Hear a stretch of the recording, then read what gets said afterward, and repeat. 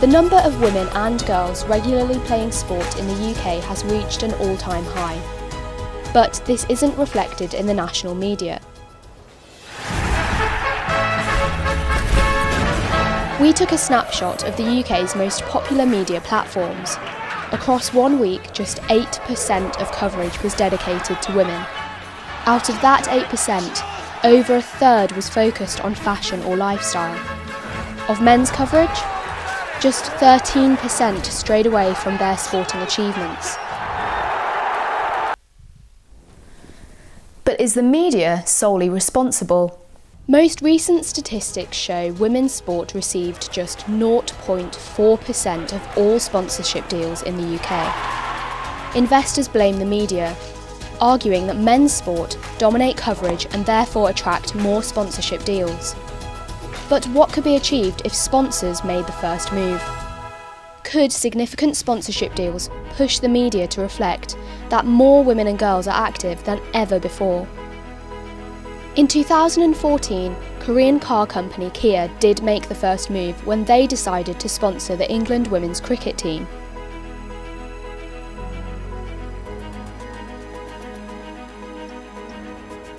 Brindle takes the catch. Really good catch. It showed that women's cricket is a serious proposition for a sponsor such as Kia of its own accord, in its own right.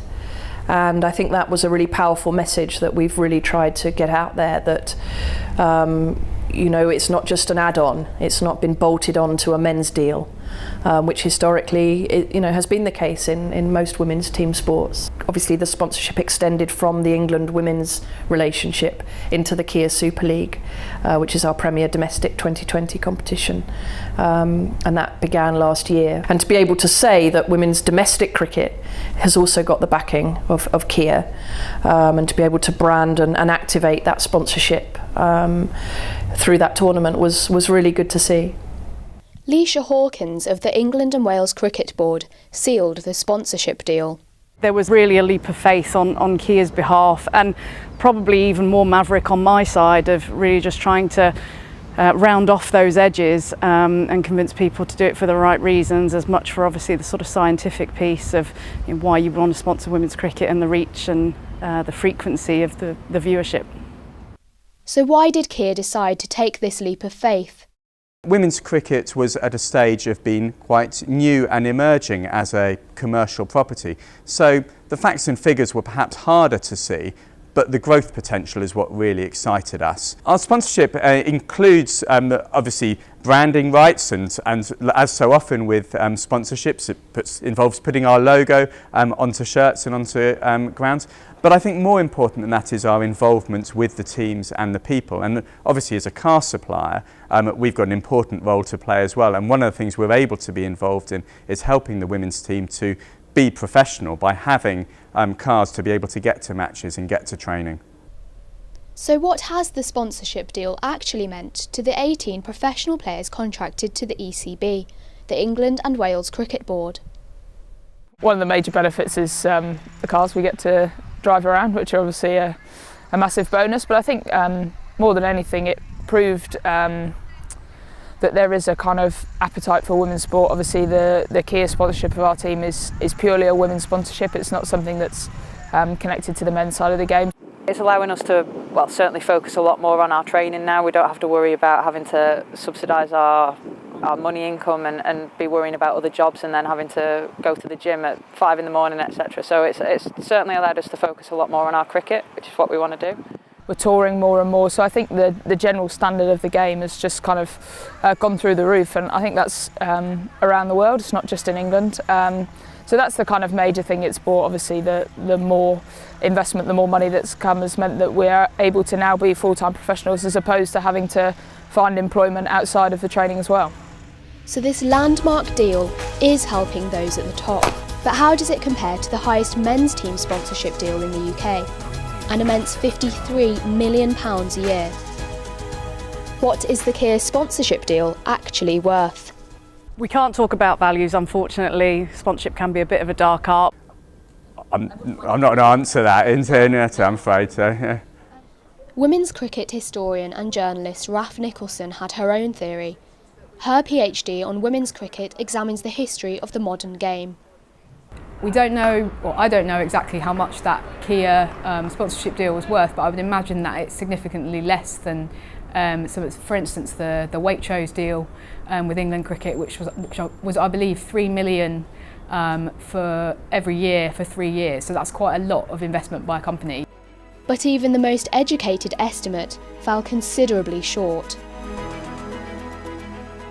I think it's made a real tangible difference in terms of the way in which the women's game is seen. I mean, it's not, you know, millions of pounds or even hundreds of thousands of pounds. It's this very generous level of sponsorship, which comes in centrally to our commercial income stream. Not even hundreds of thousands of pounds. Those outside of the national team think this investment does have limitations. It's a very small number when people aspire to make a career out of the game. So there's got to be something for that tier down, because my concern will always be that when you've only got 18 people contracted, where's the competition for that? I know people that don't play to like the same standard that maybe they should because of like can't afford it and stuff. I play hockey as well, and same thing happens, you don't get that much with it. So I would never take it as a full career, 'cause it's not like, you know, I want to earn more money, not just like 21 grand to live off for the whole year or however much it is. Kia's sponsorship is not filtering down to the majority of cricket's female participants. We put this to Claire Connor. It hasn't transformed what we actually do within England women's cricket or what we're able to invest in. I think the most sort of tangible benefit is sort of seeing how the women's game and feeling how the women's game is seen now. I think that the Kia sponsorship has enabled loads of things that wouldn't have happened otherwise.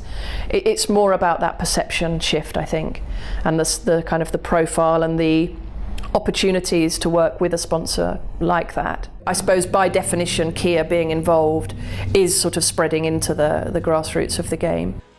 This did not seem to be the case. When Anya Shrubsole, England player for nearly a decade, visited a local Derbyshire club, many grassroots players were left stumped. Did you know who Anya was before you came along today?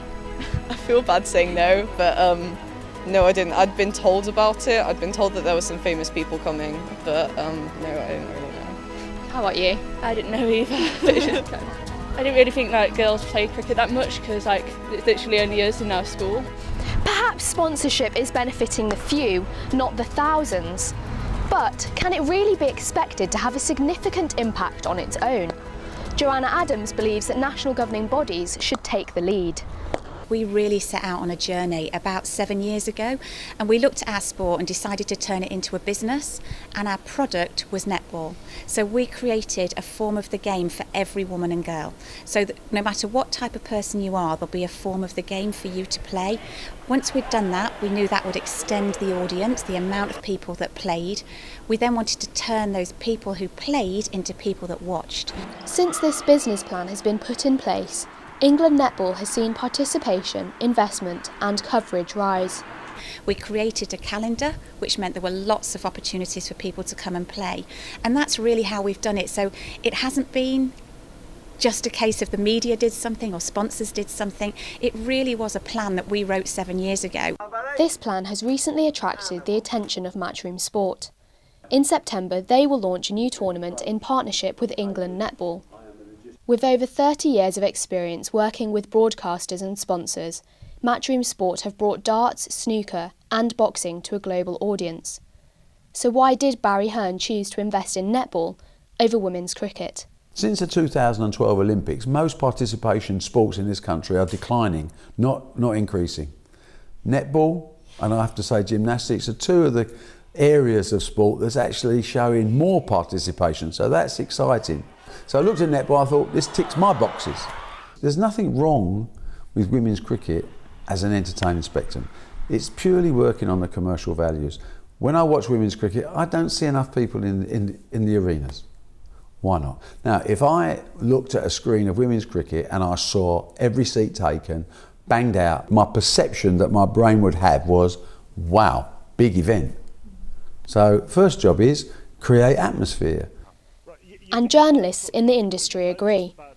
National governing bodies should develop their sports into a product worth selling.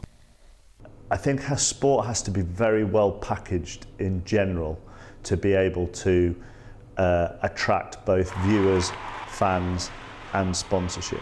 Deals need to be done, and it's hard because TV companies, it's all business, you know, it's all finances, it's all of that. But it would be nice if there could be more grown-up thinking and, you know, the bigger picture was looked at by sporting governing bodies from time to time.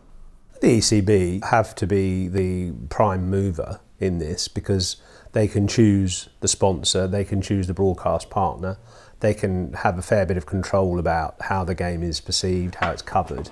So I think the ECB have done a great job, but they have to do it in harness with Sky and other broadcasters and obviously sponsors to make it grow even bigger. The countdown has begun to the Women's Cricket World Cup here at Lord's, where for the first time in 24 years, England will host the competition on home soil.